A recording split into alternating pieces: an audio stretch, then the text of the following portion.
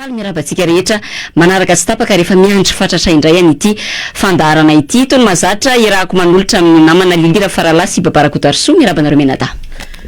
Miarabanao Clémence Ramirina de miarabany koa ny namana Lilira Farala miarabany mpijery-tsika any amin'ny tambazotra sosialy sy ny mpihaino-tsika ihany koa radio ICM radio sy ny MBS TV ihany koa de miarabantsika rehetra manaraka an'izao fandarana mivantana izao. Manampitra ny araba efa nentinareo mianatra teo miaraba ny Clémence sy Baba miaraba ny mpiaino rehetra ary dia tonga ny fotoanany fanomezantsika dia antenaiko fa afaka azo zavatra maro isika ao anatin'ny tolona raha maro ao anatin'izany tsy manaiky lembenana antsika foto-kevitra izomon'ny fandarana radio dia tsy tazona hely izay fa hiditra avetrany ao anatin'ny votoatin'ny fandarantsika Clémence Ramirina. Ya, ny araka ny fampahafantarana izay narahanareo teo ndresahana teo hoe misy famakafakana misy fandraisana vahiny fa hoan'ny androany dia avelantsika ny vahintsika no hitondra ny famakafakana sy ny fomba fahitany ny zava-misy satria dia iresaka nireo vaovao mafantsika ry izy menata ny vahintsika amin'ity androany ity dia misy anankiroa misy mirahalahy izy ireo voalohany amin'izany moa dia Andriamatoa Herzo Andrianavalona izay filohan'ny SSM na ny Valaben'ny Firaisan-kina Sindikaly ary ny vahintsika faharoa kosa dia Nirina Rakotoarjona izay filohan'ny Antoko safidiny Madagasikara raisitsika izy ao aorianany fandraisantsika ny filohan'ny SSM. Efa nitenen'ny Clémence teo moa Valabe amin'ny Firaisan-kina Sindikaly. Fa le SSM moa zany nafantarantsika azy teo aloha amin'ny teny français zany dia hoe Solidarité syndicale de Madagascar.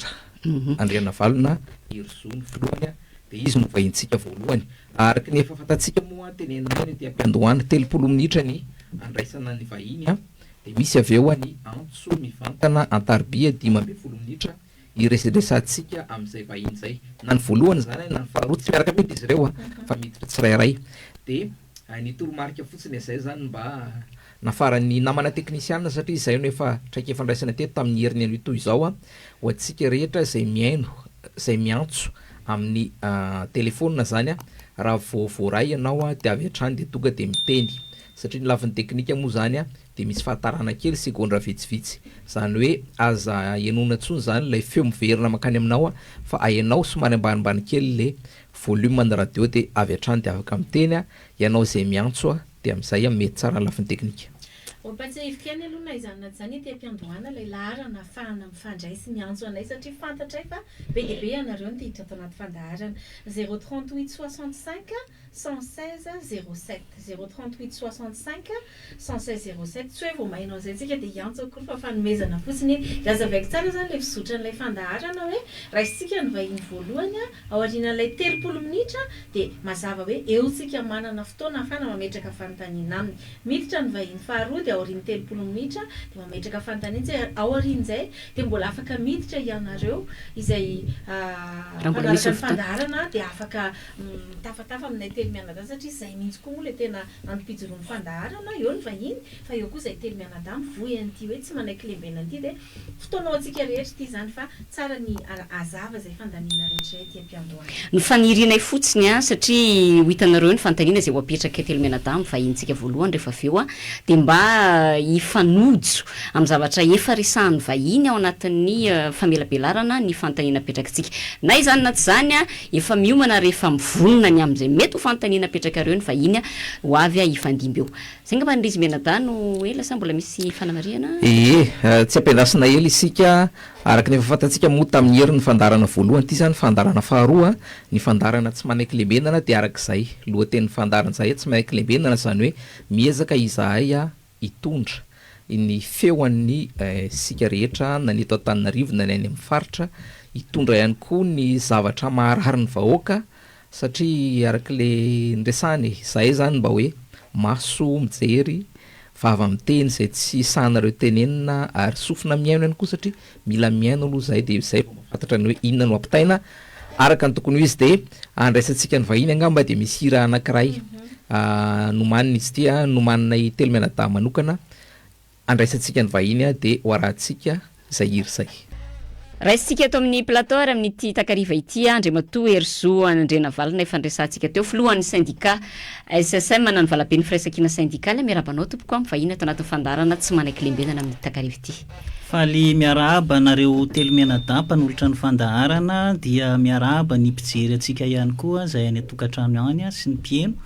any amin'ny tokantrano any sy any an-dalana rehetra eny ary miarahaba ny teknisianina ihany koa. Andriamatoa Herzo Andrena Valina ny SSM ivondronana syndicat valopolo mahery araka amin'ny fantatritsika 5 taona zao no tsy nisy ny fisondrotan-karama ho an'ny mpiasam-panjakana ho an'ny mpiasa tsy miankina ihany koa.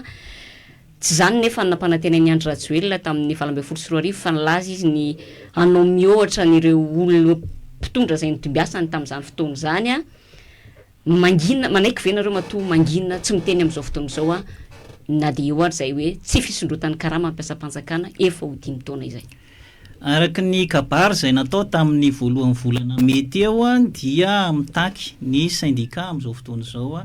fampiakarana 300 isan-jato ho an'ny mpiasam-panjakana ary eo amin'ny 100 euro eo ho an'ny tsy miankina satria irahantsika mahalala ny fitanga vidim-piainana. Amin'izao fotoana izao zahay dia miantso an'ireo syndicat efa misy 700 mahery no manao soniana izay taratasy izay ho alefany amin'Andriamatoa filoham-pirenena sy ireo lehibe an'androm-panjakana rehetra ary ministera ny fitantanam-bola ny toe-karena sy ny vola ary ny ministera ny fonction publique zany sy ny ministera ny asa. Natao zany taratasy zany aloha dingana voalohany mba afantaran'izy ireo fa tao anatin'ny 3 taona satria tany amin'ny taona 2024 ho an'ny mpiasam-panjakana nisy farany izay fisondrotana izay ary ny any amin'ny privé moa zany dia tamin'ny herintaona nisy hatramin'izao mbola tsy nisy arrêté izay mametra an'izay fisondrotana karama izay ka ataonay izay taratasy izay mba ahafahan'ny fitondram-panjakana mamaly ao anatin'izany zavatra rehetra zany moa zany dia miandry izahay fa orinan'izay fiandrasan'izay dia mety isy ihany koa mety anao tatitra ho an'ny mpiasa izay mpiasa malagasy izay tokony hafantatra ary tsy maintsy ampahafantarina an'izay hoe misy fitakiana fampiakarana karama izay alefa any amin'ny filoham-pirenena. Andriamatoa Herzo sady mamerina ny arahaba voaresaka foana ao anatin'ny tontolon'ny syndicat ny mpiasa ny zon'ny mpiasa ny maharary ny mpiasa ny fiarovana ny zony sy ny tombotsoany ary ny zava-dehibe indrindra ao anatin'ilay izy dia ilay resaka karama. Fantatsika tsara koa fa ny mpiasa no mampiodina anisan'ny motera mampiodina ny toe-karena ao anatin'ny firenena anankiray. Angamba tsy ianao ny ampahafantarana izany fa tao anatin'ny 5 taona tsy mbola nisy tsy nisondrotra ny karama. Lasa voatery tsy maintsy miditra amin'ny findramam-bola ny mpiasa malagasy. Ny rahantsika nahita nefa reny tataovan'ny fanjakana TVA 20 isan-jato ilay vaovao farany makasika an'izay ny resaka findramam-bola any amin'ny banky. Nisy fiemorana moa nisy fanambarana ny voaka karazan'ny fandiso mifanipaka ihany ny fahitana ho an'izay zavatra izay ary angamba mitohy amin'le fanontaniany Clémence tamin'ny voalohany izay fanivaliana ihany koa izy teo amin'le resaka hoe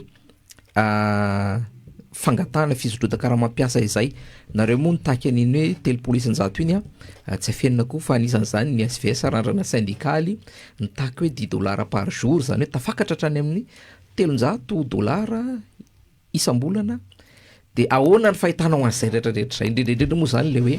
TVA 20 isan-jato ho an'ireo mpindram-bola. Ny zavatra safidy diso amin'ny politika izay diavin'ny fitondram-panjakana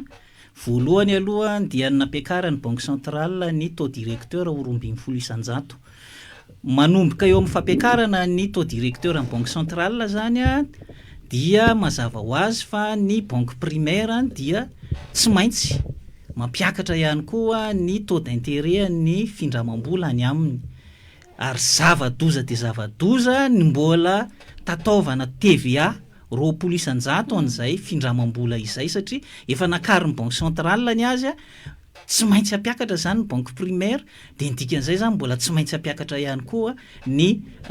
sininy TVA. Ny zavatra tsara ho fantatritsika nefa dia tsotra ihany ny hoe ny TVA izany dia ny mpanjifa foana no tsy maintsy a iafarany ny mizaka n'izay resaka TVA zay na any amin'ny varotra entana mahazatra zany a de any amin'ny mpanjifa foana no miatraika izay ka zay ny tenenako hoe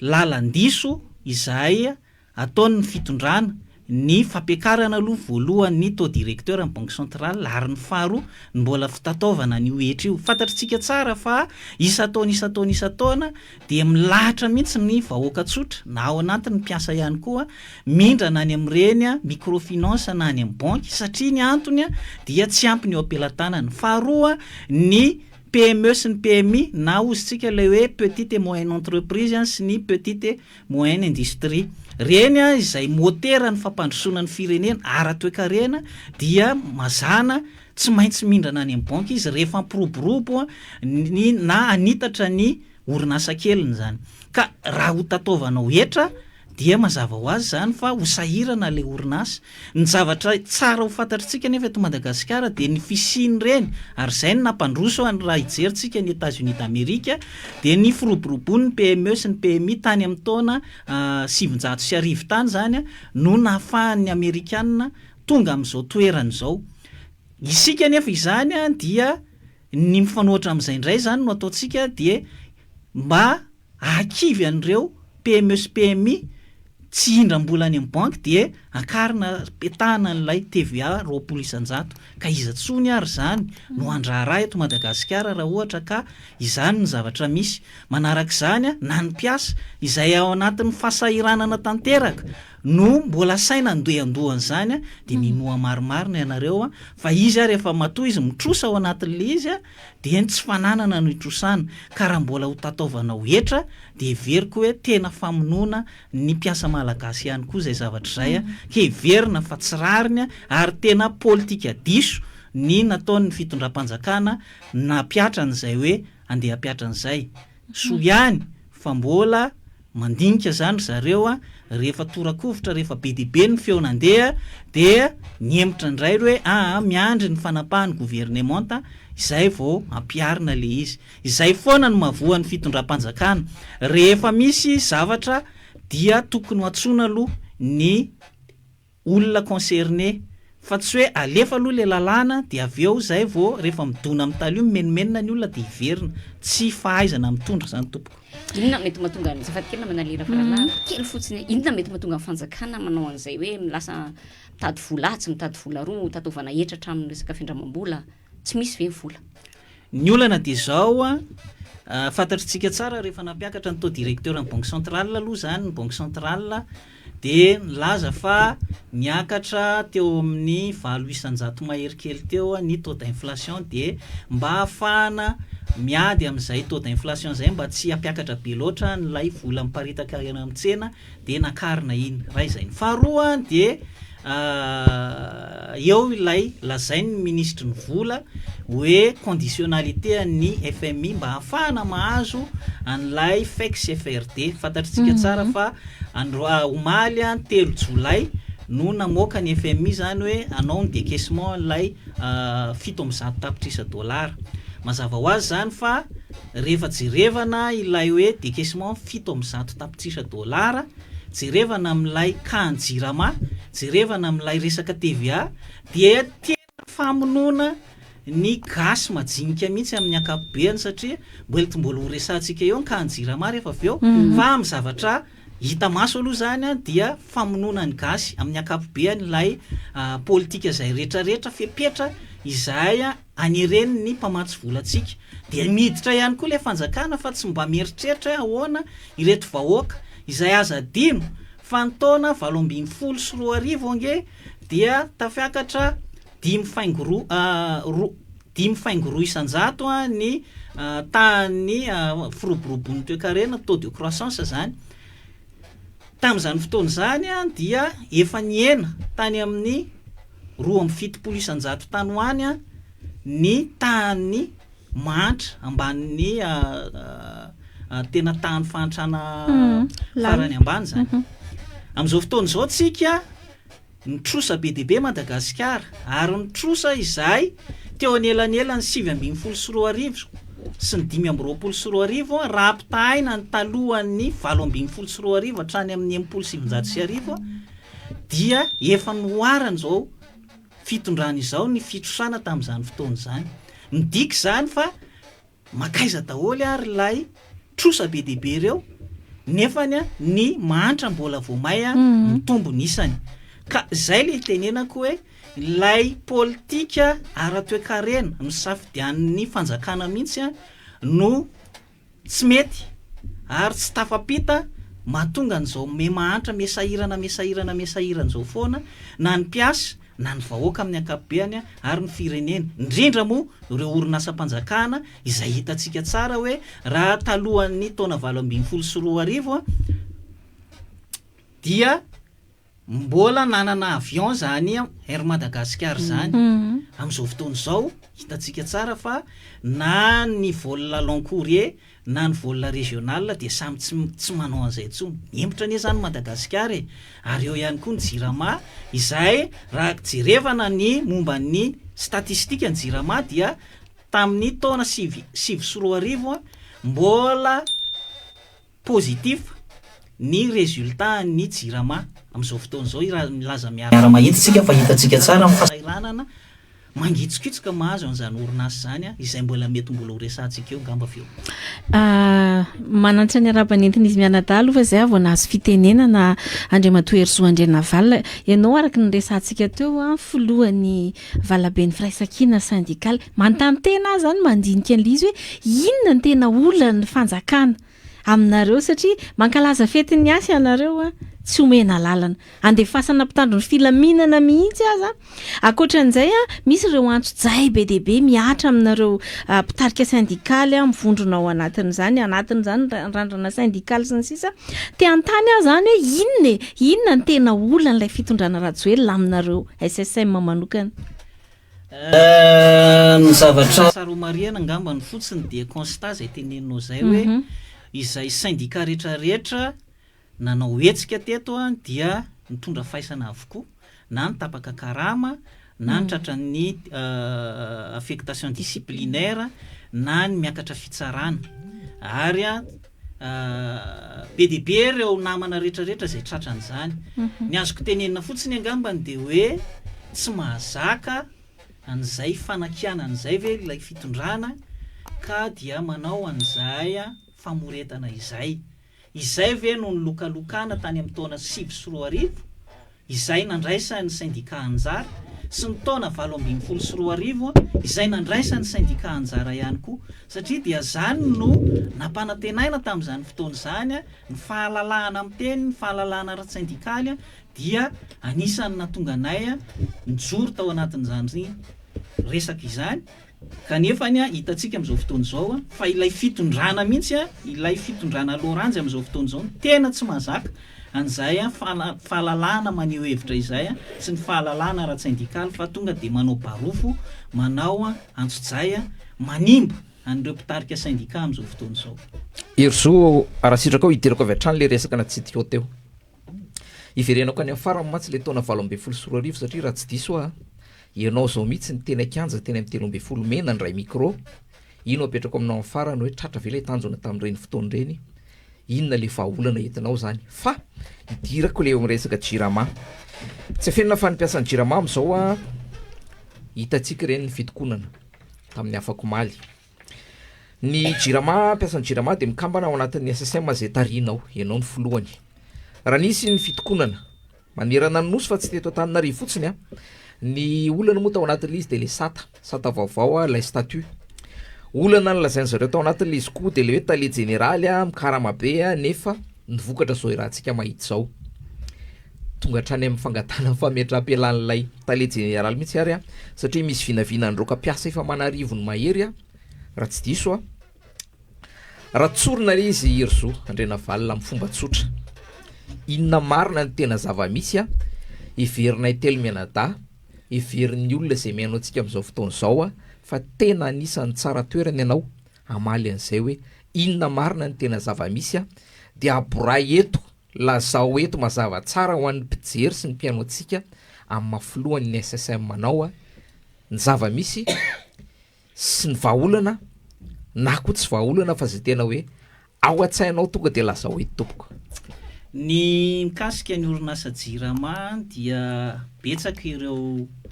firesahana fifampiresahana tamin'ireo namana izay mikambana ao anatin'ny syndicat jirama. Marina ny teneninao isaky ny misy hetsika izay ataon'ny jirama dia miantso ny tena foana ireo mamelabelatra ny tena fototry ny olana ao anatin'ny orinasa io. Ny zavatra tsara ho mariana nefa dia tsotra ihany na ny ray fanapahan-kevitra ny fitondram-panjakana zany tamin'ny alalany dia gazety-mpanjakana tamin'ny laharana 5/7/2024 izay nivoaka ny talata 10 aprily 2024. Izy io dia mikasika ny sata ny orinasa jirama. Aza dino nefany fa ny orinasa jirama dia natsangana tany amin'ny taona 5/7/2024 tamin'ny alalan'ny ordonnance 75/024.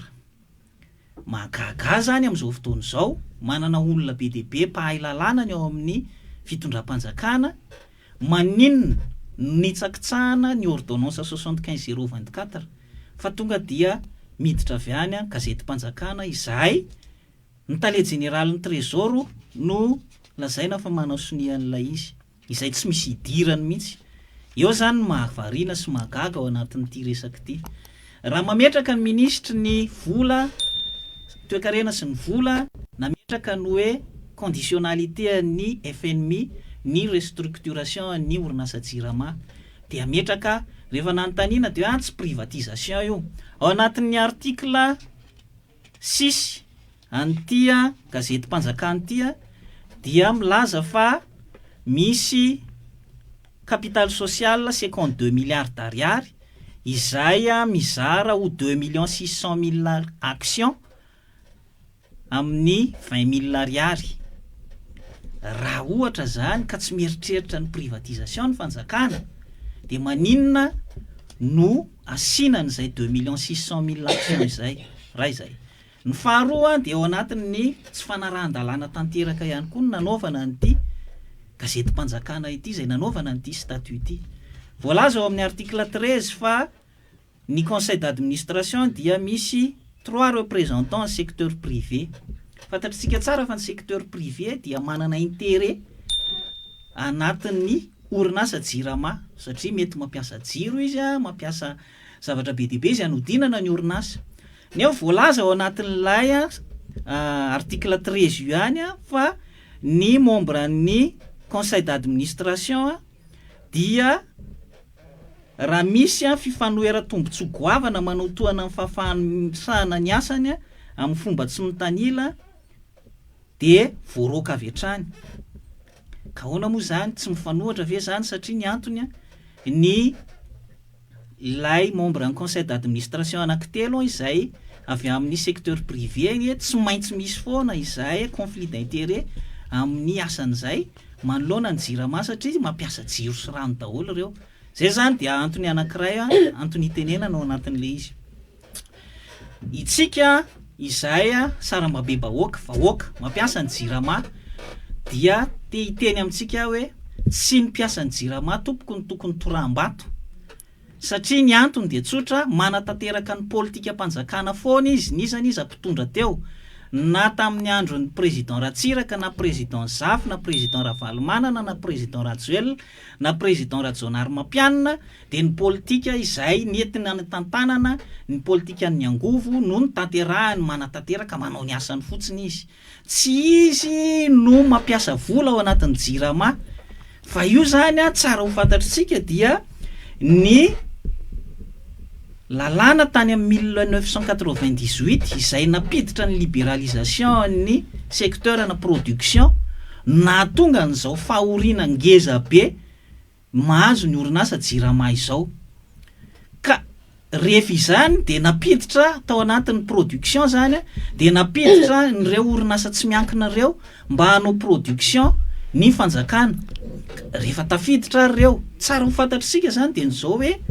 4% an'ny chiffre d'affaires ny jirama no pehena makany amin'ireo orinasa mamokatra herinaratra ireo. satria ny zavatra misy any e ary ny fitondram-panjakana amin'izao fotoana izao ange efa niteny an'io tany amin'ny taona 2014 tany hoe mahafantatra hoe tsy mitovy anie ny zavatra voasoratra any anatin'ny contrat amin'ny herinaratra vokarina sy ny herinaratra tena vokatry'ilay orinasa kanefa ny de ny andoavam-bola de le voasoratra tany anatin'le contrat de zany rehetra zany no mahatonga n'ilay orinasa mitotongana ary ny zavatra misy ihany koa de hoe tsy maintsy manao subvention foana ny fanjakana mba anenjehana n'izay manque à gagner ny orinasa jirama zay eo zany mametraka foana lay politika mpitantanana lay politika izay nampiary ny fitondrana mihitsy no tsy mety ao anatin'ilay fitantanana ny orinasa jirama izay raha fantatritsika tsara ny tany amin'ny taona 2009 araka le niteneniko teo tamin'ny voalohany teo de efa nanana résultat positif ny orinasa jirama fa saingy noho ilay politika populisme izay tamin'izany fotoana zany de nitenenina hoe hoahenatsika ny vidin'ny facture ny jirama de natao fatany fotsiny le izy de zao tsika no mibaby an'izay erreur stratégique erreur politique nataon'ny fitondrana tetezamita tamin'izany fotoana zany ka lasa ilay orinasa amin'izao fotoana zao vao miverin-dalana indray lasa tsy mitovy ilay fampanantenana teny an-kianja izay nilaza tamin'izany fotoana zany fa hoe ho ampidintsika ny vidin'ny herinaratra sy ny amin'izao fotoana zao no hoe lasa mandeha any amin'ny lalana privatisation tsikelikely matoa ianao manokatra ny capital ho an'ny orinasa jirama nataonao 2600 action de mazava zany fa isy olona be de be hitsofoka ao anatin'ny action jirama izay zavatra zay no antony itenenana no hoe makaiza le fampanantenana tamin'ny fotoan'androny sy ny amin'izao fotoana izao raha miteny izany ve zay de lazaina mpanohatra ary zay manko no mahatonga hiverenako ny fanontaniana manalili teo hoe maninona ny SSM no tsy tian'ny fanjakana satria zay mampiseho ny zava-misy marina iainana any anatin'ny orinasa raha tsara ho fantatrareo de na ny orinasa Air Madagascar izay tamin'ny fotoan'androny de anisan'ny tolona ho an'izany ny tenanay mba hiarovana ireo mpitarika syndicat ao anatiny fantatray ny biabahany zany orinasa Air Madagascar na ny orinasa Knaps fantatray ny biabahany zany na ny orinasa jirama teo ihany koa nisy orinasa hafa izay an'ny fanjakana teo aloha teo izay miasahirana noho izay tsy fahaizana mitantan'izay sy politika diso izay ninino ny fitondram-panjakana nidirana zany miresaka an'izay Knaps ianao miresaka Air Madagascar ianao de tsiaritra ny ilazana hoe ny Knaps moa zany de efa nalain'ny zareo ny volan'ny zokiolona ny Air Madagascar nyresahanao teo hoe efa raha mahita ny fahampitehany fa miresaka ihany koa ianao mikasika an'le hoe sokafana ny capital de mampatsiaro namana lilira faralany resaka SMGD satria de zany tokoa ny zavatra misy satria amintsika ao amin'ny commune misy an'ny SMGD izay lazaina moa hoe porteur d'action ireo mitondra ny petrabola ao anatin'izany de 20 000 ariary toraka zany ihany koa toy izany ihany koa ny zavatra misy ka de mahagaga tokoa ny zavatra ataon'ity fanjakana ity fa nyresaka ianao teo hoe misy fandikan-dalàna ordonnance tamin'izany fotoana nefa ny nisy an'ity gazety-mpanjakana tia nivoaka de mifantaniana président Herzo Andrianavalona hoe inona ary zany le ho ataonareo SSM manoloana n'ilay ambara zany fa hoe misy fandikan-dalàna amin'ity hoe fanitsakisahana n'ity ordonnance izay mife ny satan'ny jirama ity faharoa manarakarak'izay hoe inona zany ny vahaolana satria efa nresahanao teo hoe ny olana ne lasa misy apaham-bola lasa akisaka na omena ny reto mpampanofa ina moa zany ilazana zany fondrom-piara herinaratra eo anivon'ny jirama inona zany ny vahaolana ahafahana manarina n'lay jirama raha amin'izao vanim-potoana iainantsika izao de inona no ataonareo manoloana le fandikan-dalàna izay tsikaritra ny fandikan-dalàna zay tsikaritra moa zany dia ny etanina ny ao anatin'ny jirama zany mba hijery an'izay tokony ho azo atao satria eo ny fitsarana anao ny asany tokoa ve ny fitsarana raha ohatra ka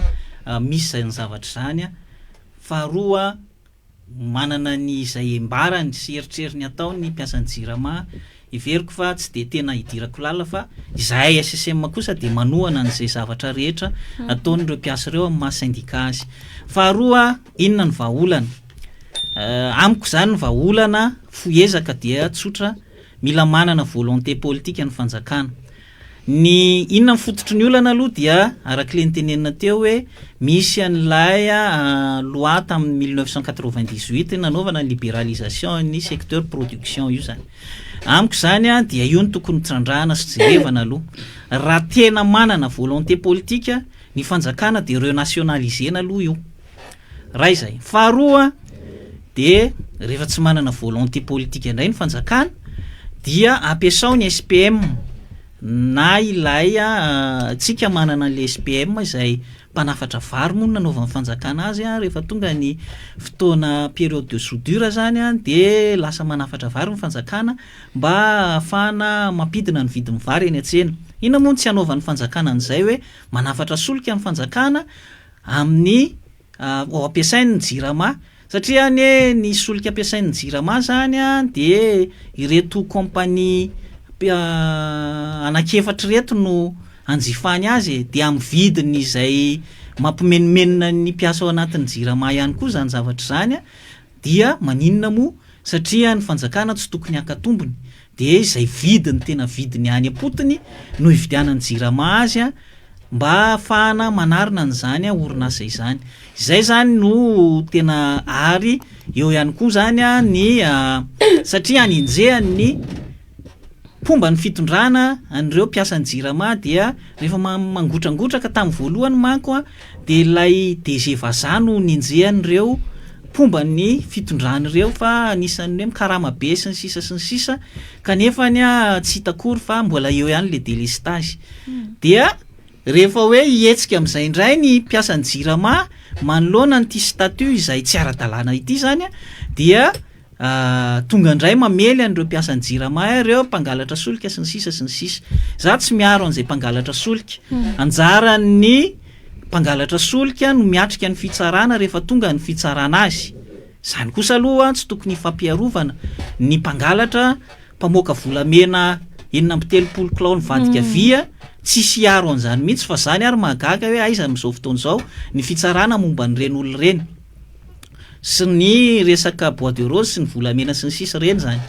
Fa raha misy ireo mpangalatra solika de tokony hamaly any amin'ny fitsarana koa izy ny eloka izay nataony fa tsy midika zany hoe ny sasatsasany mangalatra solika de mpiasa ny jirama rehetra no lazaina fa mpangalatra tsy mitombony zany fa izay no antony tenenana ny hoe anjaran'ny mpitantana ny jirama no manatsara ny fomba fitantanana manasazy izay tokony hosazina fa kosa eo amin'ny lafiny hoe tsy tokony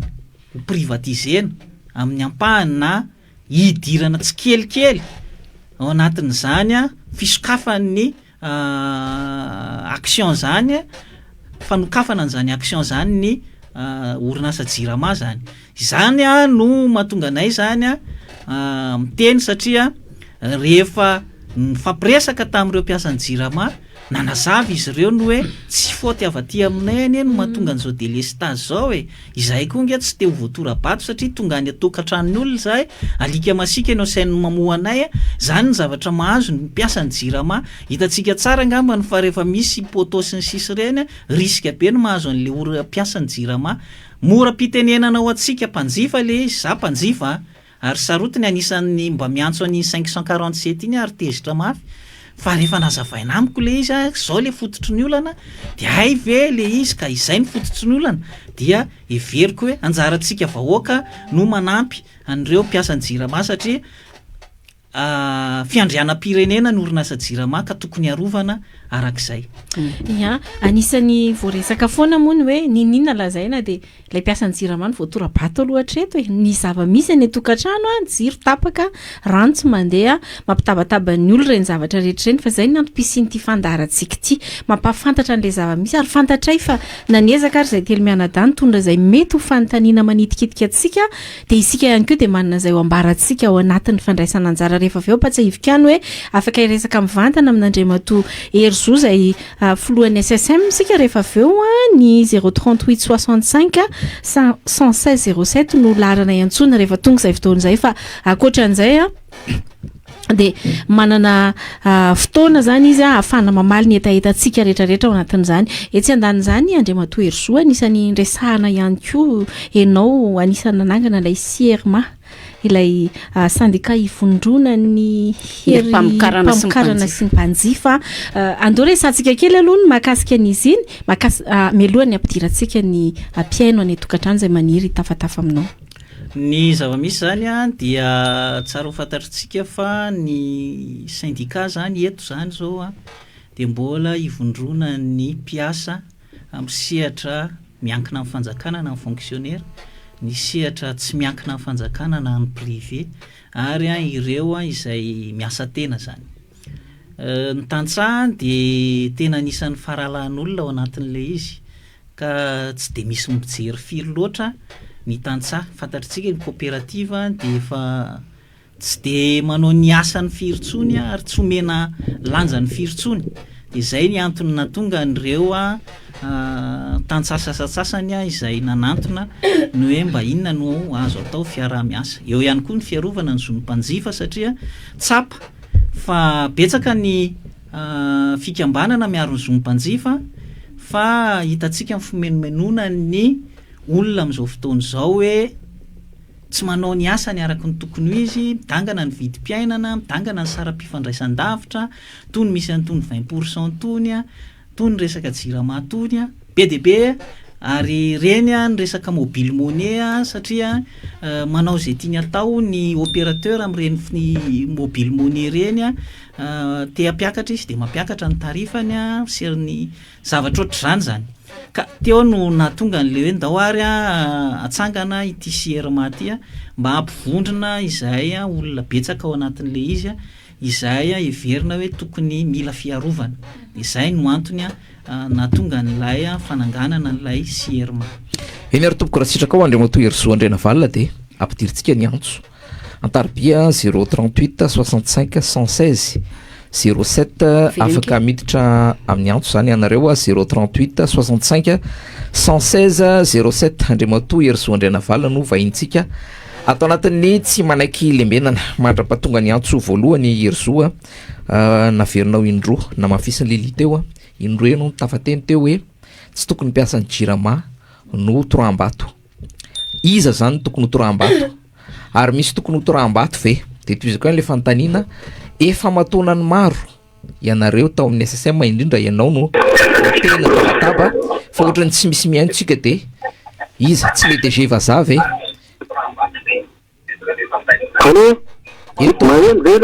Maheno tompoko dia afaka tonga dia miteny ianao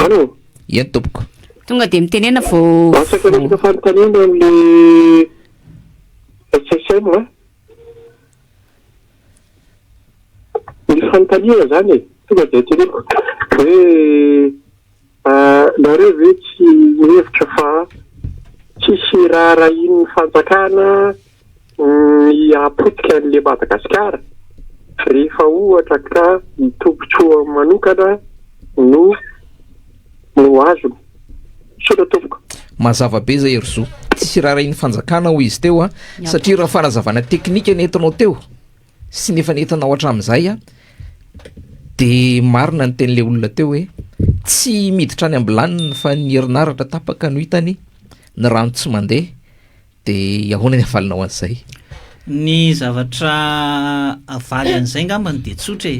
anjaran'ny vahoaka no mijery no mitsangana raha ohatra ka ilaina ny fitsanganana. Tadidiko nisy mpanao gazety izay nahazo toerana moa izy amin'izao fotoana izao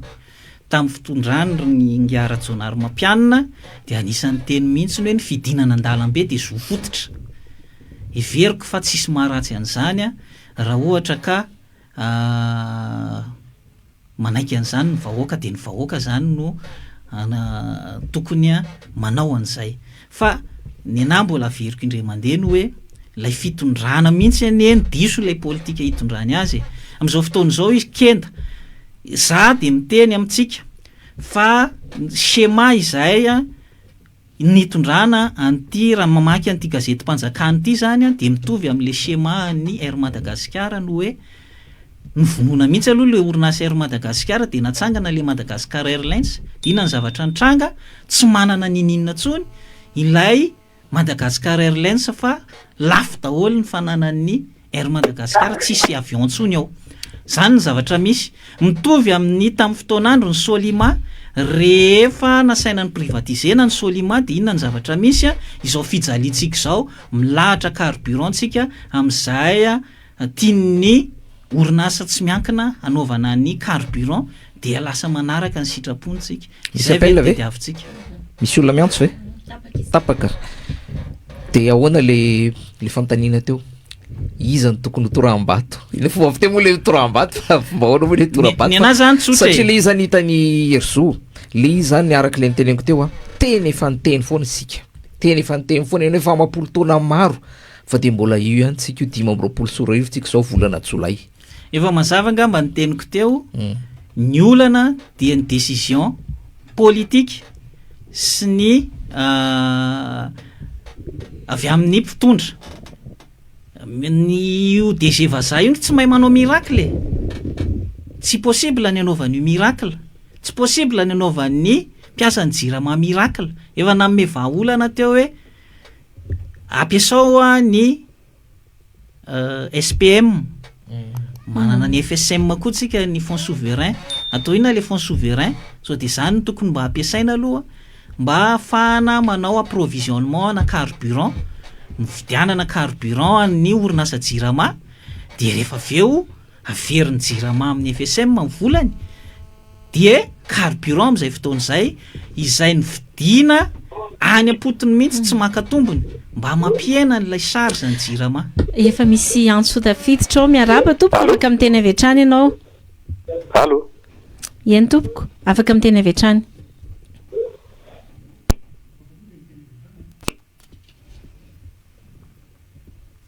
ya tapaka ilay antso teo dia avelako anoy fa ohatrany mbola tao anaty fanazavana Andriamatoa Herzo teo dia niverenako amin'izay le izy hoe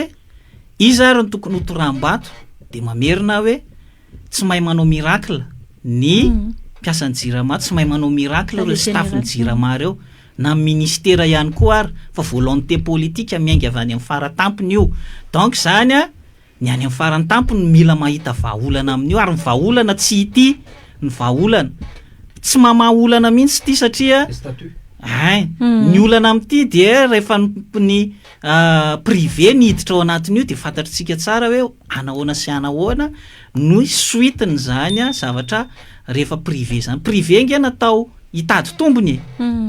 ny ordonnance 75/024 ny jirama nge nametraka mihitsy hoe tsy natao hitadiavana tombony ny orinasa jirama service public satria service public dikan'izay zany mifanohatra ireo zavatra ireo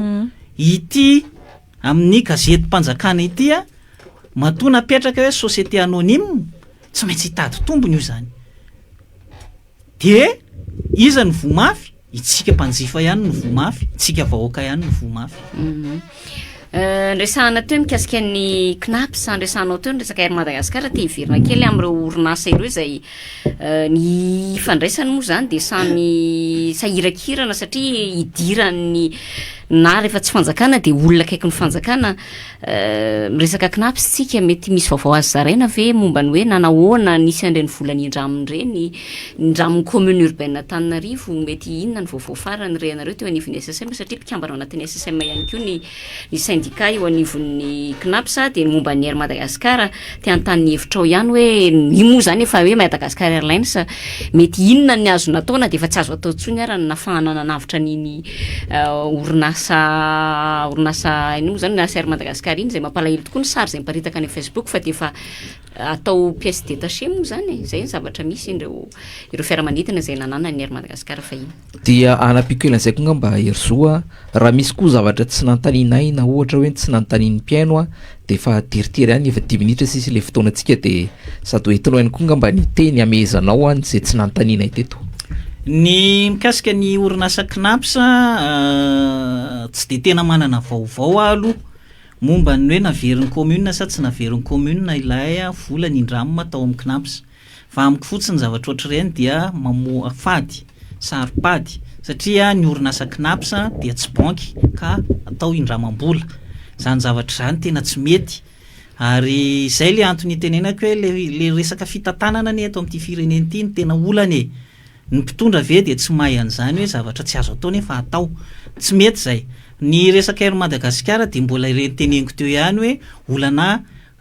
politika diso satria dia noho ny fividianana nyreny Airbus A340 anakiroa reny zay efa brocatera dia nidikizo tanteraka ny orinasa ero Madagasikara ka nahatonga an'izao fitantanana gabraraka teo zao dia io tsy pozipozy io le orinasa sisa ary tena mahamenatra satria ianao nanao vol long courrier taloha nandeha tany a Paris, tany Marseille, tany a Bangkok, tany a Chine zao tsy misy intsony fa lasa eto amin'ny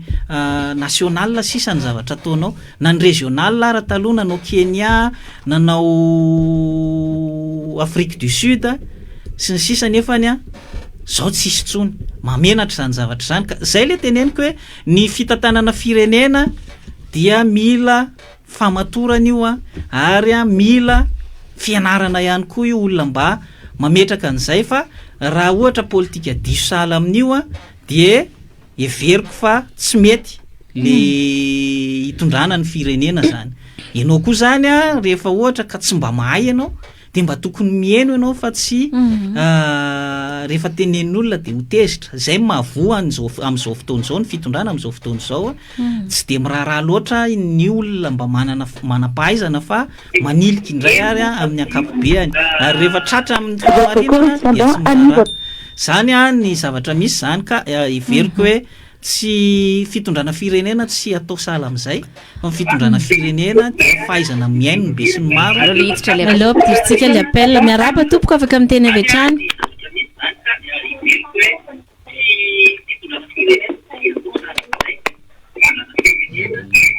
miaraba tompoko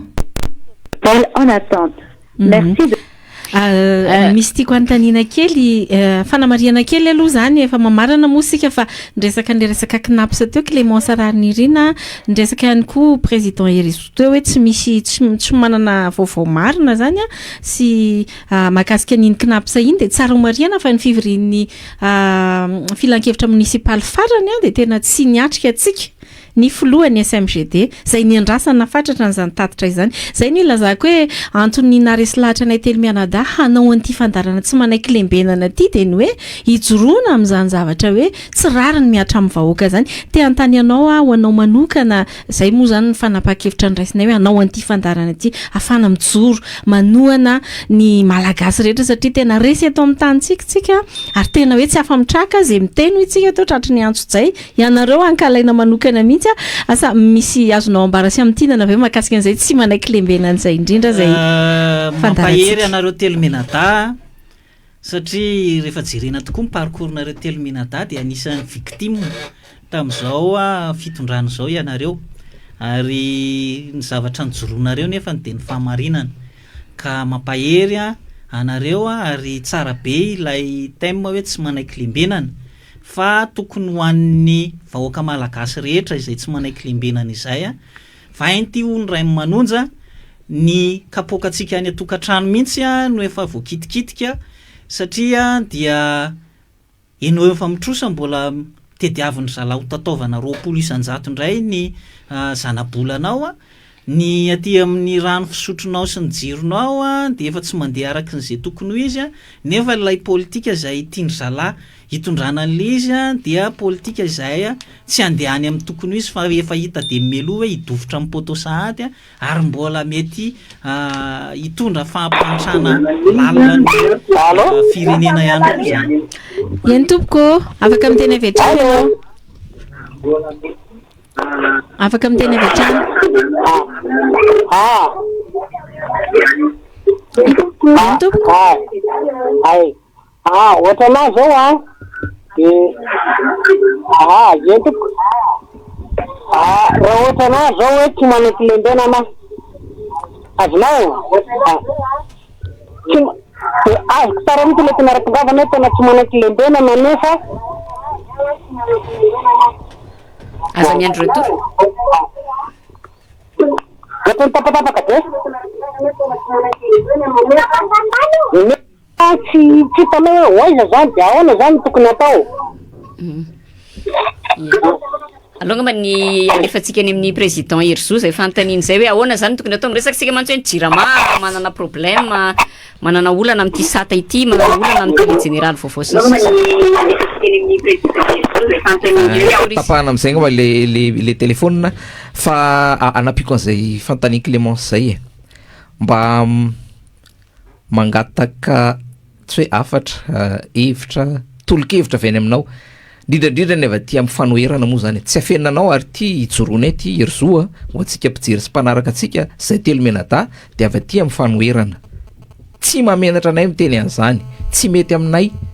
izao fitondram-patsakany so ary zay ny ijoroanay atao anaty ty fandarana ty inona ny afatra avy aminao ho an'ny mpanohatra amin'ny akapobeany ny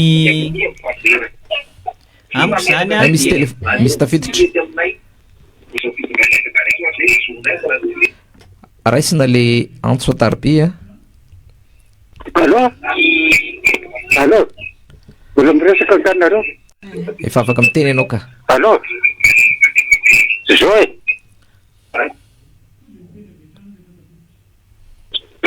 zao mba teny atao de inona marina ny aparatsika ty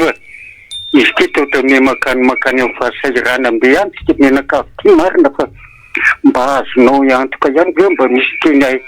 mba misy teny mba omenao anay ve hoe mety ho avitra ihany ve tsika ty sady manamoana le reka ny mampitaitaina foana ane ty mahazo atsika ty fatana mafady tsy rano tsy fandriam-palema na tsy comptabilité tsy fahitana asa tsy efa tsy etsony fa de ka izy zay mba atao aminay mba mety ho avitra ihany ve jirama io ohatra zao fa maro be eo ny raha io potika tena vita zay fa misotra tompoka eny zay koa ngamba aloha no mamarana n'ilay antso antarbe am'ty tapany voalohany ty de angamba Herzo efa amin'ny 10 ora sy 2 minitra izao fa tsy maninona omena 2 minitra na 3 minitra ianao de sady mambitana de misotra anao ihany koa ny vahiny teto amin'ny fandaharana ya ny raisiko amin'le tenin'ny ray aman-dreny teo mbola misy ny irika afahana manavitra ny firenena ary ny arak'le nyteneniko teo politika diso safidiny nataon'ny fitondrana izay nanomboka tany amin'ny tetezamita ny nakaty zany betsaka ny olona no voarebireby tam'le izy kanefany dia iverina hoe diso le safidy zany de azo arenina le safidy diso efa nanome vahaolana teo an'ny jirama fa mila fananana volonté politique ilay fanaovana an'le izy ary rehefa tsy manana an'le volonté politique anao reo nationalisation ny mpamokatra an'ireo herinaratra ireo de efa manome safidy faharondray hoe fidio avy hatrany ny fanjakana amin'ny alalan'ny SPM ny solika zay ampiasain'ny jirama amin'ny vidiny any apotiny de mba mena ny charge satria ngeza be charge ny asahana carburant ny jirama zay zany ny ray ny faharoa de hoe ina moa le fanontany miresaka fanoherana amiko zany ny zavatra misy am'izao fotoana zao na miresaka izy parsa fotsiny arany de ilaina ny fiarahamientan'ny malagasy no resaka fa tsy mifanoherana reny isika malagasy mihitsy ny efa potika eto amin'ny tantsika am'izao fotoana zao hitatsika fa na nyresaka fananatany na ninona efa manjaka be ny vahiny eto Madagasikara dia isika malagasy mihitsy ny tokony ametraka aloha ny tendrom-potsim-banamana sy ny guerre de leadership hoe zay zao na izay zao fa tokony miara-misalahy amin'ny hoe ahoana ny anavotana n'ity firenena ity miainga amin'inona satria raha izao fitantanana izao de idona any amin'ny poto ary ny taranakitsika ny baby sy zaka ny fampitehana eto amin'ny tantsika efa ny tanora am'izao fotoana zao miazakazaka daholo mitady lalana itsoana ny ivelany satria tsisy avenir ntsony eto Madagasikara raha anao taxi be anao potika ny lalana pièce lafo boky anao zany perte anao raha anao taxi anao ry Clémence efa miditra ny société vahiny izay tsy fantatra hoe manahoana ny fifanarahany amin'ny tsy manara-dalàna fanjakana eto zany raha piasa resaka herinaratra anao panety anao panao soudure anao poissonnerie anao cybercafé anao tsisy jiro raha ividy gazoala mbola milahatra indray koa ianao mampiasa groupy zany zavatra zany ny efa iainantsika ny tsy fandriam-pahalemana ny zavatra rehetrarehetra efa manahirana ary raha hanokatra orinasa moa zany ianao de efa len'ny resantsika teo ny environnement eto tsy mipermettre ny tanora hanokatra orinasa fa be de be ny orinasa mikatona ka izany ny tenenako hoe mila firaisakina ny vahoaka malagasy aprimo ny tendrom-potsy-mba namana fa ndraindray ny mavoan'ny mpanao politika dia ilay mieritreritra fa izy no dadany kanefany amin'izao efa cas de force majeure tsy tokony isy an'izantsony na iza dia tokony izay firaisakina izay no ahafahana mamerina ny sao de ampipodisy toerana aloha ny tena tianao tenenina ampipodisy toerana mety eo ihany fa indraindray misy an'ilay guerre de leadership hoe rehefa ihany no anina de zay tsy hoe rehefa ihany zany zavatra zany manimba zavatra be dehibe amin'ny fiaraha-mientany rehetrarehetra mankasitraka anao président Herzo feno de feno ny fanazavana teknika ary ny afatra ihany koa fa de voaray de mankasitraka indrindra tompoko ny fahita tanaty fandarantsika de iny vaovao mampalahelo any kongo iny tokoa no isataratsika ny fiarahana amin'ny titakariva ity andriamato ny Irina Rakotoarizona tazomoka mahafaty olona maro any amin'iny tanàna ny kongo iny amin'izao fotoana izao ny anahana teo alolo teo ny fitondram-panjakana sy ireo raha tsy mangaike ny fotony nisy mihitsy ny fanasoketan'ny gouvernour fa hoe mandainga manaparitaka vaovao tsy marina ireo olona izay napafantatra ny tranga tany anatin'ny tambajotra tserasera amin'izao fotoana izao indray nefa de lasa miazakazaka midina any an-toerana mba mahaolana fahitanao an'izany rehetra zany voaloha teny aloha dia ny atoko safidy Madagasikara de nametraka mandrakariva ny amin'ny hoe tsy misy fampandrosoana eto amin'ny firenena azonao antenaina raha tsy tafapetraka aloha izany hoe fandriam-pahalemana izany resaka fampozinana ara-tsakafo zany izany resaka fahafatesan'olona maro be eo amin'ny resaka tsy fametrahana ny lahara-pahamehana eto amin'ny firenena zany dia saika manodidina mandrakariva ilay resaka atao hoe fandriam-pahalemana izay zany de resaka atanatohatra voalohany tsy maintsy diavin'ny firenena alohan'ny atrehana zavatra hafa eto amin'ny firenena ka nandritrin'izay taona maromaro ataontsika hoe 12 taona ny tantanan'reto olo reto ny firenena dia ny atokony safidy Madagasikara dia nametraka foana ny hoe ilay lahara-pahamehana tompoko ilay lahara-pahamehana no tokony jerena mialohan'ny resaka aitraitra satria ny aina vahoaka malagasy de tena sarobidy ary tena tsy azo ekena mihitsy zany no hoe atao tsinotsinona zany hoe aina malagasy very ao anatin'ny tsy fanarahana ny lahara-pahamehana zany zay zany no tena tonga de apetraka io hoe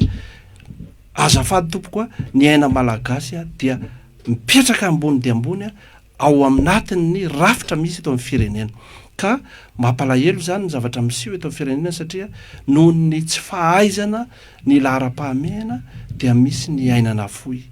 ary tsy ekena ary melohana eto ny tokony safidin'ny Madagasikara zany manameloka akitsirano ary amin'ny fona amin'ny herinay manontolo izao fanapotehana ny firenena izao satria raisinay ho toy ny fanahinina izao zavatra izao satria raha toa ianao afaka mitrosa ohatra resaka téléphérique amina 150 millions d'euros kanefa ny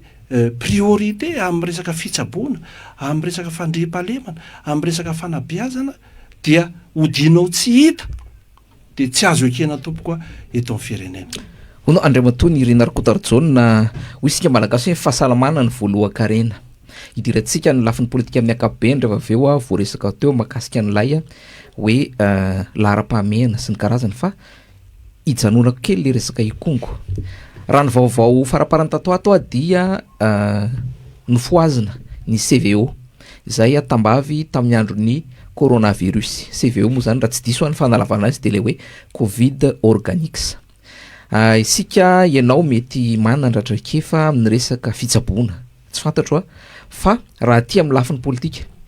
tena io tokoa ve le vahaolana amin'ny resaka tazomoka marobe satria tazomoka nafaty an'ireo olona amanarivony anikongo marobe ny firenena zay nandefasantsika an'ireny CVO reny teto Afrika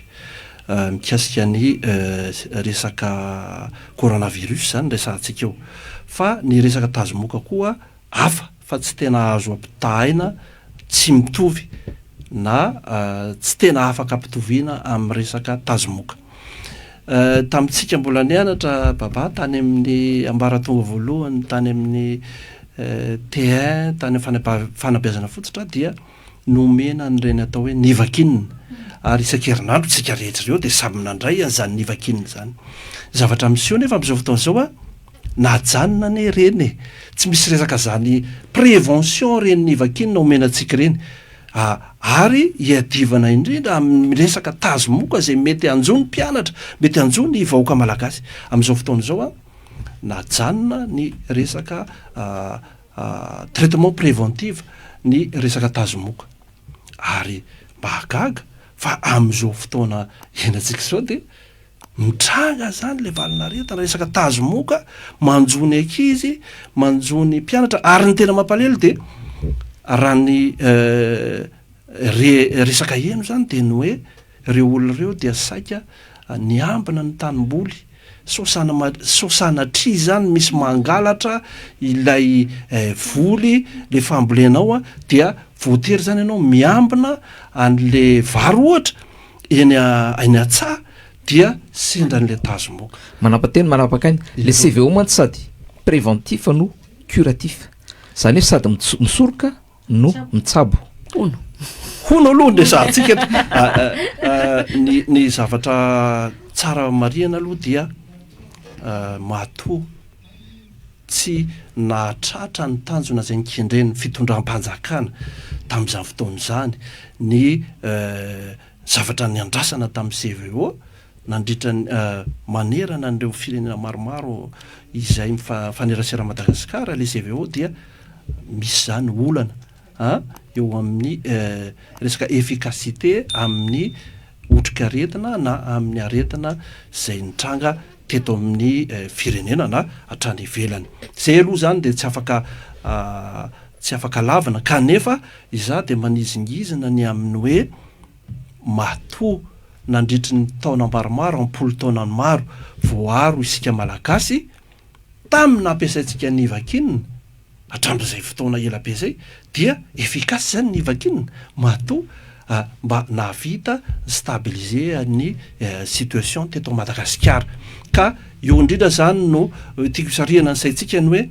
ny resaka fahasalamana ny resaka fandreham-pahalemana dia miainga mandrakariva any amin'ny resaka prévention ka raha ohatra matoritory zany ny mpitondra tsy miatrika na tsy manatanteraka an'izay resaka prévention na fisorohana izay dia tsy mahagaga raha toa ka sendra ny izao favoazana lehibe tahaka izao ny eto amin'ny firenena andriamato nirina rakotoarzona raha ny vaovao-paritaka eny amin'ny tambazotra tena hoe maro be reo maty an'ikony etsy andaliny koa nefa ny mbola tsy mitsahatra treto ny fitombonisan'ireo zay maty vokatr'ilay fahapoizinana sa fanapoizinana tsy hitantsony zay zay fomba ahafahantsika miqualifie anazy misy ny eto Antananarivo mbola misy 7 raha ny fahinoko azy any Ambositra mbola mitohy ny fitsaboana dia tena efa tena miady mafy amin'ny fahafatesana zatra magaga nefa treto tsy misy resaka fisaona-pirenena mihitsy andriamato nirina rakotoarzona ary etsy andaniny zay ihany koa dia le fitiliana lazaina fanatao mbola tsy hita foana le valiny lazaina fa nisy fitiliana makasika an'le sakafo nitarika ny fanambozina teny Ambomalaza fa tsy misy zavatra mivoaka hatreto te antany aho hoe mieritreritra ve hoe azo eritreretina hoe misy zavatra tianjareo afenina ve ao ambadika izany sa ahoana ny fandraisanao azy manokana ny zavatra azo ambara dia ity fitondrany ity dia tsy ao mihitsy le hoe fangaraharaana zany amin'ny zavatra miseho eto amin'ny tany sy ny firenena resaka fahampozinana ara-tsakafo efa lasa dia lasa amin'ny fotoana tsy efa ho tapabolana ve zay nefa dia tsy misy feo eny avy any amin'ny fitondram-panjakana ary raha ny aminay ao amin'ny safidy Madagasikara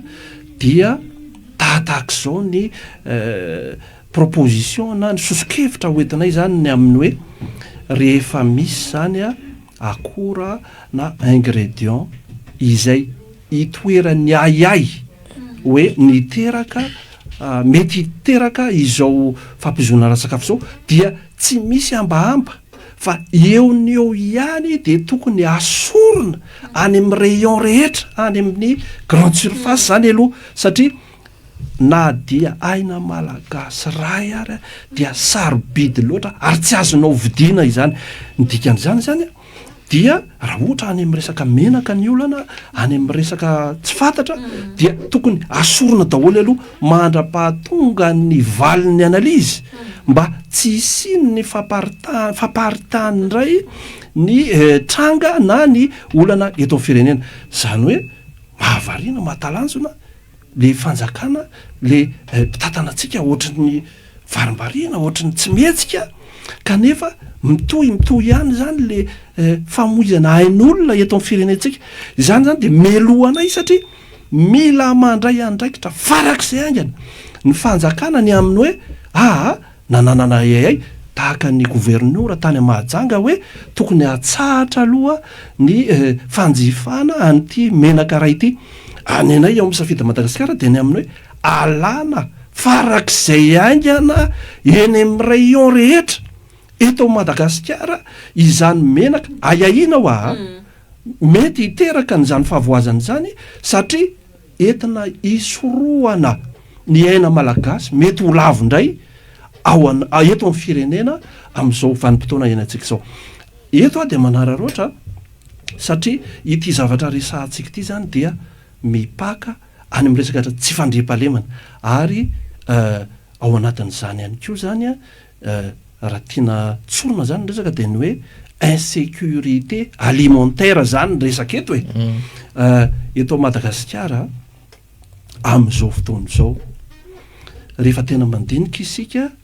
dia mahita misy mamono kisoa atsy atsimo misy mamono kisoa atsy avaratra samy mamonomono eny de manao latabatra kely atao amin'ny sisiny eto eria de samy mivarotra daholo ena kisoa etc rehefa tena manaraka amin'ny fenitra te hisarika ny saitsika menakavy zany tsika malagasy amin'ireny toe-javatra reny dia sahala ny mampitandrina ihany satria tafiditra ao anatin'ny olana insécurité alimentaire io zany malagasy dia tokony jerena de nyzao io resaka ena io satria mety ampidi-dozatsika io ny insécurité na ny resaka sécurité zany de resaka prévention foana zany hoe raha jerentsika zany ny resaka famonoana biby fiompy mandra-patonga eny amin'le toerana fivarotana azy de tahak'izao no ataony any Europa zany hoe tonga ao amin'ny laboratoire zany ilay biby vonoina tonga de miditra ao anaty chambre froide rehefa tonga amin'ny chambre froide dia camion frigorifique no mitondra azy eny amin'ny tsena-pivarotana eny ampivarokena zany ary mazava ho azy fa ny mpivarokena atsika zany de tokony anana frigo réfrigéré daholo zany ny mpivarokena mba tsy isiny le rupture na chaîne de froid izany rehetra izany zany de fa anairanay ao amin'ny safidy Madagasikara sahady hoe tandremo mety isy ny resaka fampoizana sakafo teo aloha fa raha tsy mitandrina isika de mety mbola olana be ihany koa zany ao aorianao ka eo zany ny fantenena mipetraka hoe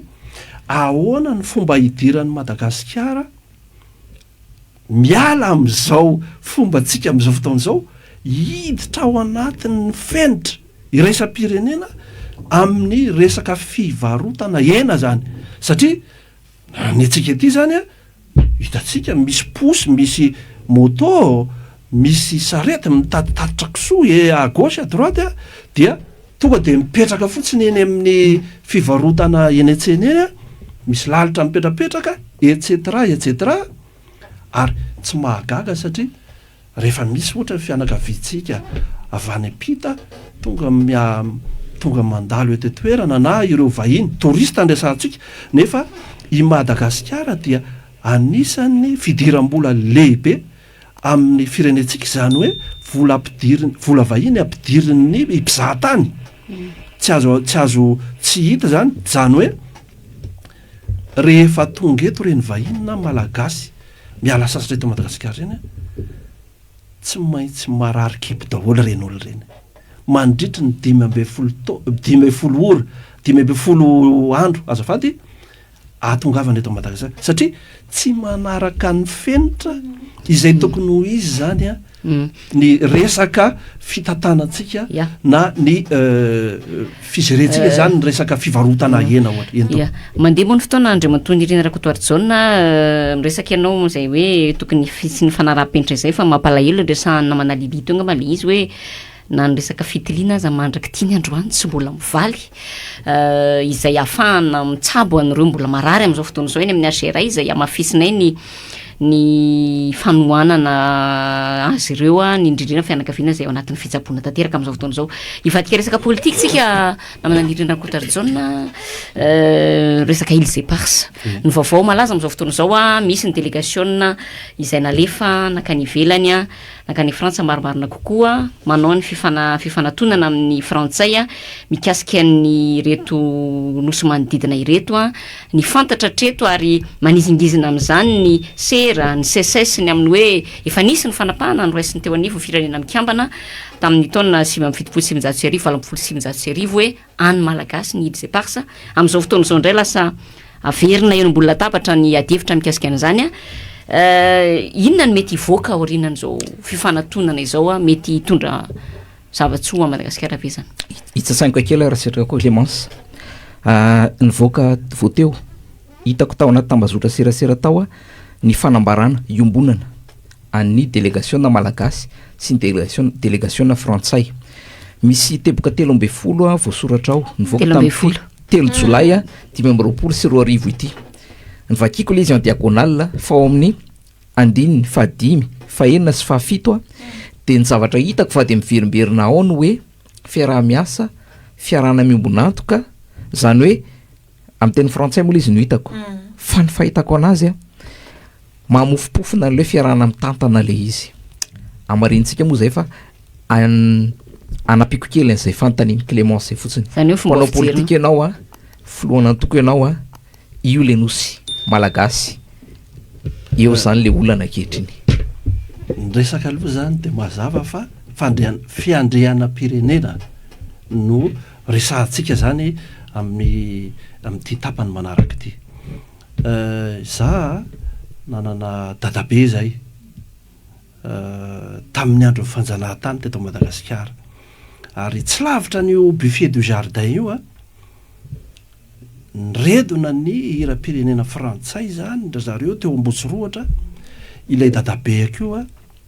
dia nanana problème kely amin'ny sofina noho izany dia mbola nanao namindra kely izy 2-3 pas nefa efa nyredonina le hira-pirenena frantsay tonga ny Senegaly vody basy tonga dia eo amin'ny firifan'io dadabe io maty tsy tradrany dadabe zany ny fiarovan'olona ny atao hoe fiandriana-pirenena tany a Frantsa ihany koa dia tsara resahana ny hoe tamin'ny fotoana ny tantanany filoha frantsay Jacques Chirac dia nisy nanatrika izy lalaona baolina kitra teo amin'ny Parc des Princes ary nosiahan'olona marseillaise la marseillaise ny sika zany zareo mpijery baolina zany ny sika tahaka ny fanao eto Mahamasina indraindray dia tsy nanaiky izany filoha zany fa hoe hiala ny tribune officielle aloha niala ny tribune officielle izy ary natsona ny président fédération frantsay hoe tsy ekeko nisy ahanareo ny pirenena frantsay noho izany tsy hiverina eo amin'ny tribune intsony raha tsy miala tsiny amin'ny vahoaka sy ny amin'ny république ny fédération frantsay zay vo afaka alefa io lalao Paul Laketreo de nisitaka zany ny président Jacques Chirac tam'izany a de nijoro ny président fédération frantsay hoe nisy ahatsika ny la Marseillaise ka noho izany tsika dia voasazy ka miala tsiny eto anatrehan'ny république fa de tsy netiny natao etc etc vita ny fialantsiny miverina nanatrika ny lalao indray ny président Jacques Chirac ary noredonina niaraka indray ny la Marseillaise resaka hira-pirenena fotsiny resahako zany a ohatran'izany no fijoroany ny filoham-pirenena ohatran'izany ny fijoroany Sénégal miaro ny fiandrianam-pirenena frantsay teto amintsika ity resaka Îles Éparses ity eny le retsy nitaritsika misy io e satria tsy ajo hitovirana intsony fa efa ny malagasy ireo nosy ireo ny akoatran'izay zany a de resaka baratain fotsiny raha mikasika ny délégation nalefa tany a Frantsa de ny zavatra tiako tenena angamba de sanatry ny vava sanatry ny vava nadininy lela tsy manambany olontsika fa kosa azo atsaraina amin'ny fomba rehetra ireny délégation nalefa tany reny zany hoe raha le dream team mateto atoerana zany no eritseretana ohatra misy décalage kely a amin'ireny nalefa tany Frantsa reny zany hoe moa ave tena tiatsika malagasy ny iady ny azo ahotsika nyreo nosy manodidina reo sa cinéma fotsiny ino natao iny a raha izay za de tena mametraka mihitsy hoe amin'iny resaka Îles Éparses iny a dia mametraka ny ray aman-dreny be professora Raymond Anjeva ho isan'ny hoe chef de délégation amin'ny zavatra ohatran'ireny na ahoana tompoko no tsy nahitana an'izany olo zany tamin'ny délégation teo zany de fantaniana lehibe mipetraka ho atsika ary tsy afaka no adinotsika ihany koa fa ny filoham-pirenentsika Andry Rajoelina anie dia efa nangataka ny zoom-pirenena frantsay ary azony zany raha resaka fiandrianam-pirenena zany a ny filoham-pirenenao ary na angataka ny zoom-pirenena frantsay izay olona izay firenena azo atao hoe midonga io nositsika io de hitatsika fa misy zavatra tsy mety a ary misy zavatra mampalahelo satria tsy azo ekena ary melohana eto a ny amin'ny hoe filoham-pirenena amperinasa mangataka ny zoom-pirenena malagasy frantsay ary nahazo an'izany tsy vitan'izany ihany fa fatatsika fa inga Andry Rajoelina anie de tsy mahay akory ny hire-pirenena malagasy hitatsika menakavy ake zany ohatrany hoe mehezatsika de ohatrany hoe mampime fa zavatra tsy azo ekeny zany ary na de izay zavatra izay ihany ary a dia tokony aiza moa ny député atsika efa ahafahany solom-bava-baoaka malagasy mametraka fitsipaham-pitokisana mikasika ny hoe aiza veto de filoham-pirenena malagasy tsy mahay akory ny hira-pirenena malagasy manana fotoana moasika ndre matony irina raktorajaona iraisana amin'ny mpiainitra efa aveo satria afaka ametraka fantaniana aminao mivantana izy ireo fa am'tiana koa le fantaniana efa fantatsika efa nivoaka ny sazy ho an'ny colonel Patrick na be resaka be izy iny a te antany hevitra manokana mahakasika an'izay satria izy zany no everitsika hoe nijoro everitsika hoe nasa ny dénoncer ny laza ny zavatra tena misy a araky ny fahitany azy ary nasa mihitsy nametraka an'ireny ultimatum samy hafa ireny ankehitriny mivoaka ny sazy folo taona sazy miatra folo taona sazy miatra tsy hoe miantona ny hevitra mahakasika an'izay zafady aloha raha fahinoko azy roapolo taona sazy miatra roapolo ary folo taona sazy miatra any aina ilay mpiara-miasa aminy roapolo taona tenen'ny le mpiara-miasa folo ary raha ny vaovao henoko ihany koa de to hoe naverina nampidirina ponja ihany koa lay vadiny ny aloha zany a misaotra an'andriamanitra lehibe any amin'ny hoe afaka nahita an'izany hoe tompoko laza avy Albert zany nahita ny tolona natao tamin'ny 1 afaka nahita ihany koa an'izany Flo Marc Ravalomanana zany tolona tamin'ny hetsika fotsy ny zavatra afaka nahita ihany koa izany tolona nataony Andry Rajoelina tamin'ny taona 2024 misy mahasamy hafa azy be amin'ireo olona telo ny tononoko ireo ny professeur Azafy Albert dia tena vonona mihitsy nanolotra ny ainy ho an'ny firenena satria rehefa nanao ny diabe tamin'ny 10 aogositra 2020 zany professeur Azafy Albert zany de izy mihitsy no nitarika ny vahoaka efa tonga tany avoloa ny lohan'ny ny mpanao fetsiketsehana diabe ny farany kosa nefa mbola tsy nietsika tao amin'ny 13 mai alalantsika zany ny ampleur na ny hoe abetsahan'ny olona tamin'izany ary nisy reo reny ny olona nytolona tamin'izany nomena sandwich mandritra ny lalana andrefanambojanaary iny zany nanao sandwich ndreny mpianakaviana nomena ny mpitolona tamin'izany fotoana zany hoe manohana n'le tolona zany fa tsy hoe manohana Facebook fotsiny fa nisy farisihana nisy volany ala zany raha tiako tenena nisy amin'ny hoe nanohana ny tolona nandehanany vahoaka nakany avoloa rehefa ohatra kosa nefa tonga ny 2024 ny zavatra eno matetika nataony inga Andry Rajoelina de ny hoe tsofoko rano ianareo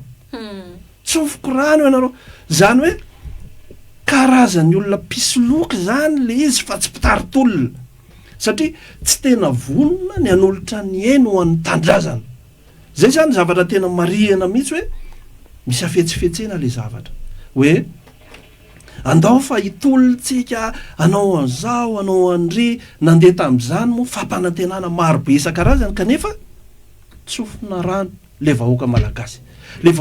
zany afaka maty fa ianao le mitarika an'le tolona mandeha mitsotsotra any an-trano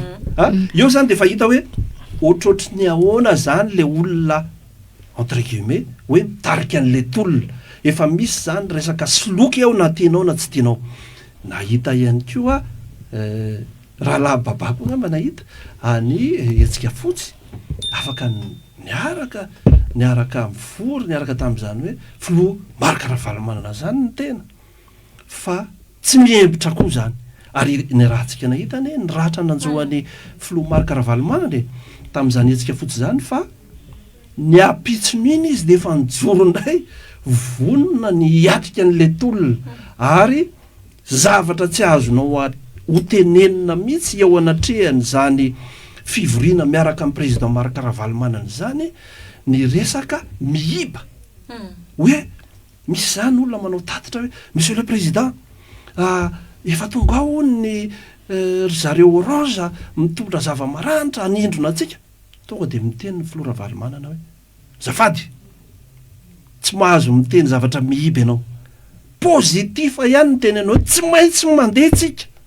na inona idona na inona hitranga zany hoe vonona ihany koa Flo Marc Ravalomanana anolotra ny eny anavotana ny firenena zany hoe misy olona milaza ho mpitaritolona zany eto amin'ny firenena fa hitatsika mazava hoe iza ny tena vonona anolotra ny aino ny firenena misy ohatra anankitelo ireo napetra koa ahafahatsika tsy manadino ny tantara eto amin'ny firenena fa hoe iza marina zany ny tena hoe vrai na hoe olona tena vonona hijoro marina hitondra ny fanovana sy ny fampandrosoana eto amin'ny firenena ninona mety ho fiaitraikany amin'ny vatany amin'ny tenany na ho amin'ny ankohonany melohan'ny ametrahany baba fantaniana raha mbola metraka baba ampidiritsika ny antso de raha misy 038 65 116 07 038 65 16 07 mandra-patafitra ny antso voalohany ny rina de omenanao fitenenana misy zavatra tianao resahana ve androany tsy nanotaninay azafady baba iverina kely fotsiny am'le resaka kany colonel Patrick manokana zany ie satria izy moa zany zao no efa hitantsika hoe tena tsara be lay ohatra ndraisika tamin'ilay mpitarika rehetra teo raha fana misintona zavatra tokoa hoe ny tantara rehefa tsy diso de manampy antsika ho any amin'ny any aoriana iny ka manokany azontsika mbola tohizana kely angambany melohan'ny idiran'ny antso eny ka any mihitsy le fampidirana ponja mihitsy zany no tena mety hoe tena antanina hoe eto zany rehefa misy miteny a rehefa misy manoitohana masamijoro a de fa mifonja zany ny andranao a zay zany le de mbola ty aloha le micro le fampidirana ponja koa eo ihany fa le hoe de tsy mba nisy fanadihadina mihitsy ve reny ampamoaka na voakany reny hoe misaisir d'office ny ministère public na koa tsy fantatro na ny Bianco na ny Samifina le ohatra niraisiko teo zany olona eto toerana daholo aloha zany reo mitariky reo fa mety ho tsy itovizany amin'ny fifahasamihafana zany amin'ny ny colonel de ny colonel raha tsy diso tsy eto toerana zany hoe ataon'ny olona tsy eto toerana ahoana moa ny taritolona eto amin'ny firenena zay zany le fantanena tiako apetraka hoe raha tena hitaritolona ianao anafaka ny vahoaka malagasy de amiko tokony kosa angamby ianao eto Madagasikara to eto toerana rany vaovao aloha na voaka fleurirako to malala fa amiko aloha zany rehefa tsy miseho ianao tsy mipotra ianao dia ohatrany manahirana ihany zany ny hoe olona hitaritolona nefa tsy sa iseho vahoaka na hitarika an'le vahoaka zay tianao entina ao anatin'le tolona zay tianao atongavana iny le zavatra tsy napetraka ary ny ho atsika zay antso io ny rina rakotorjony io 038 65 116 07 de io izy io de apetrao fantanina na koa ny zavatra nomaninao nefa tsy napetraka fantanina so mbola maromaro eny aloha ny hoe saky apetraka fa ny zavatra tiako ampidirina angamba de tsotra ny amin'ny hoe ny mpanao politika malagasy ny vahoaka malagasy misy zavatra simbao ny fifandraisan'ireo mpanao politika sy mivahoaka malagasy de misy zavatra simba satria zao ity fitondrana ankehitr'io ity zany dia nametraka foana ny fampanantenana maro be ny velirano etcetera etcetera tsy tanteraka reny ny vahoaka malagasy zany de kivy diso fanantenana foana hoe ary reto mpanao politika reto ange ohatrany to mamerivere atsika ohatrany to manambaka atsika zavatra hafa ny tantarainy zavatra hafa ny ataony ka eo indrindra zany no tiako isarihana ny sainy vahoaka malagasy ny amin'ny hoe mila mahay manavaka isika ny vary sy ny tsiparifary satria misy foana ane zany resaka famitahany misy foana ane ny fahadisom-panantenany kanefa kosa eo amin'le fotoana mahadiso fanantenana anao eo amin'le fotoana marendrika anao zany eo foana mandrakariva no miintervenir Andriamanitra ary manafaka zany ny firenena ao anatin'izao aizina ao anatin'izao fangiry firina ao anatin'izao fahavoazana manjoatsika zao ka tsy tokony zany ho kivy tsy tokony zany anary fanantenana araky ny fiteniny lehibe ny afidsika emany no etikoetiny manao hoe ny herin'ny vola efa misy antso Andriamatoa ny Irina Rakotoarjona raha isitsika vetrany miaraba toko tonga de afaka miteny azafady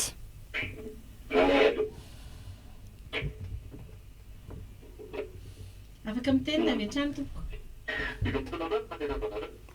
miaraba toko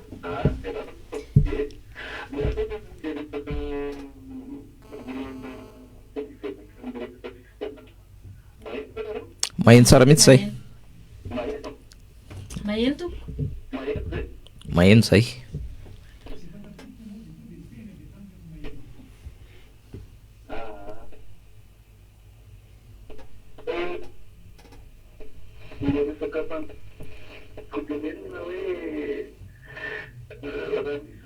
afaka fametrahana amin'ilay fifidianana dia tam'ireny fifidianana ireny. Fa ilay izy tsy fantatra hoe misy dilona ve tamin'ilay mpanoratra sy tamin'ilay mpitondra. Satria rehefa midiniana ilay izy bon raha ohatra rema iny fotoana fifidianana mihitsy no tena hoe tsy nafahan'ny velatra intsony mba tena hoe izay hoe tena raha tena lavitra dia reny fotoana reny mihitsy. Fa naninona nefa hoe mampiasa fitaka ihany ny vahoaka nanaraka an'ilay mpanoratra satria révolution chauffeur zany tsy révolution. Fa betsaka ny nanaraka tamin'ireny fa tsy haiko hoe rehefa ohatra tsy zoen'ilay fita nanaraka fotsiny fa rehefa be no rehefa lany any dia lasa ohatran'ny hoe aotra zany azavata hoe unité reny izahay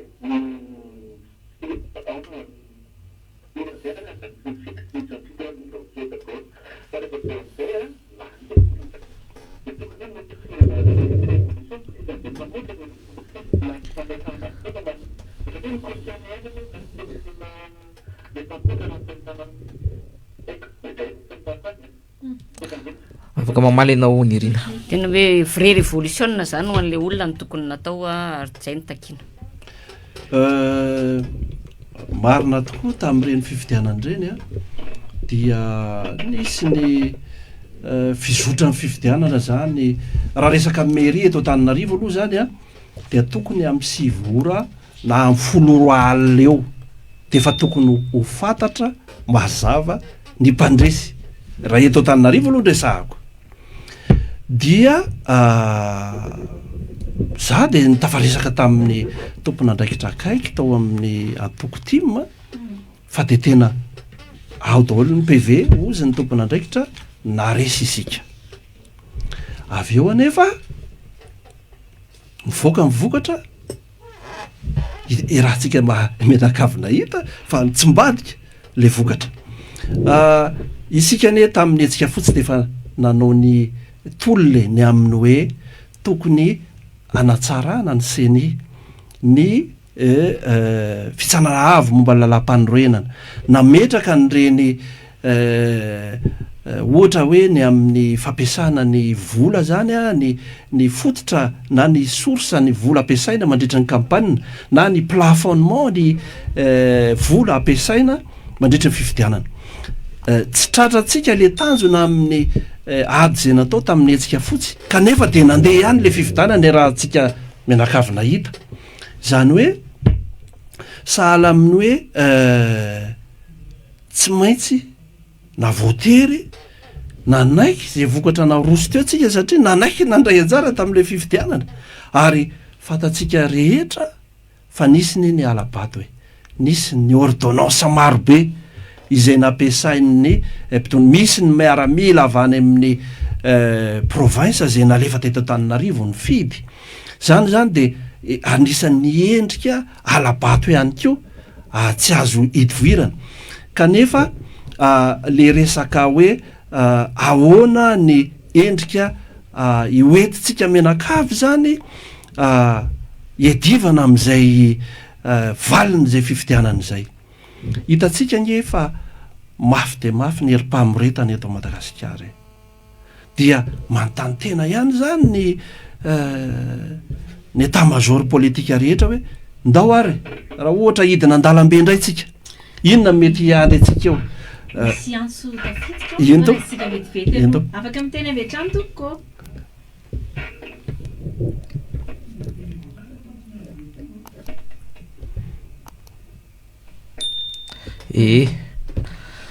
ya de toizako ngamba ny teniko ny amin'ny hoe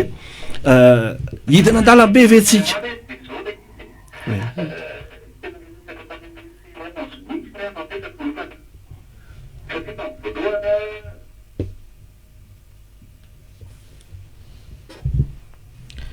Vernany amin'ny C11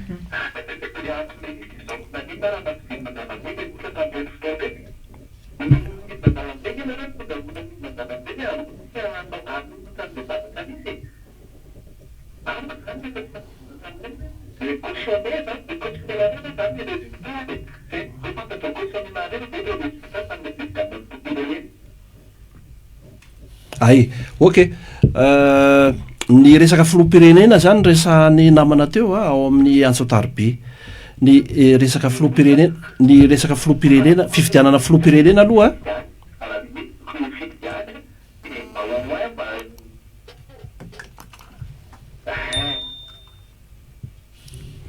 hoe ny resaka fifidianana filopirenena angamba no tonga de raisiko a zay nyresahana matsika teo ny etsika fotsy a dia name consigne ny amin'ny hoe boycott zany hoe tsy mandeha mifidy zany a ny vahoaka malagasy rehefa nojerena zany a ny tapavitriana tamin'ireny fotoany reny a dia latsakiny 20 isanjato ny mpifidy teto Madagasikara zany nandray anjara tany fifidianana filopirenena noho izany fandresena miezinezina nge zany no azony eo anivo mifanoerany satria ny 20 isanjato ny vahoaka malagasy zany a de tsy tonga nandeha mifidy a tany mififidianana filopirenena zay zany aloha ny vokatra azontsika tamin'ny fifidianana filopirenena zany hoe nandray ny consigne na ny afatrafatry ny mpitarika tamin'ny etsika fotsy zany a ny ny akamarony ny vahoaka malagasy fa raha tsorina le tenin'le PNT de hoe zay le zava-misy fa mitaky zavatra mafimafy kokoa ny teny ianao teo mantsy hoe be de be mpitary tolona teto tsy niemitra vahoaka be de be amanarivony amanetsiny mitady zavatra d'accord mafimafy kokoa zany le vahoaka fa ny rina rakotarijona tapitra ihany koa fotoanatsika ray minitra ngamba satria mbola misy fandaharana aoriana zao koa mantsy de mba ray minitra raha mba sitraka ao a 3 jolay tsika 2024 araky ny teny Clémence teo hoaisitsika inona le atao ray minitra tompoko mbola afaka matoko ve mivahoaka fa mbola eo ny fanoerana ijoro satria mikaikaiky ny vahoaka ankehitriny manoloana amin'ny fahasahiranana na de ao anatiny azy hay ateraky ny tsy fahaizana tantany mbola azo antenaina ve hoe tena tsy hanaiky lembenana ny vahoaka malagasy tsy hanaiky lembenana ihany koa ny fanoerana zao a tsy foana akory ny fanantenana raha mbola misy foana koa mifarany zay aloha zany aloha teny zava-dehibe ary mafonja afahantsika miatrika ny hoavy Madagasikara ny izahay atao misafidy Madagasikara de nametraka mandrakariva ny amin'ny hoe tokony isiny ny firaisakina mba hafahantsika mihoatra izao fahavoazana lehibe eto amin'ny fitondrana eto amin'ny firenena izao firaisakina tena izy mazava azy ary ny zavatra tiana nyresahana ihany koa nadritran'izay fotoana volana maromaro zay de ny hoe aoka ayanavaka ny vary sy ny tsy parifary isika satria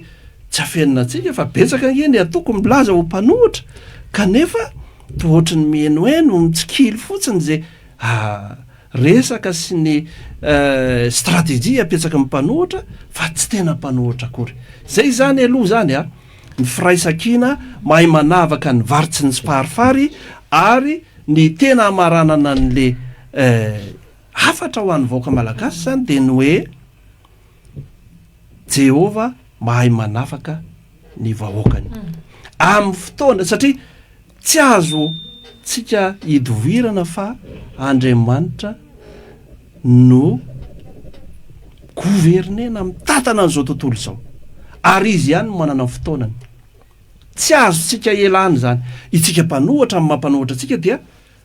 mandefa sosikevitra ny amin'ny hoe sao de mba tsy zany kosa sao de tokony ho zao kosa nitondrantsika ny tany sy ny firenena fa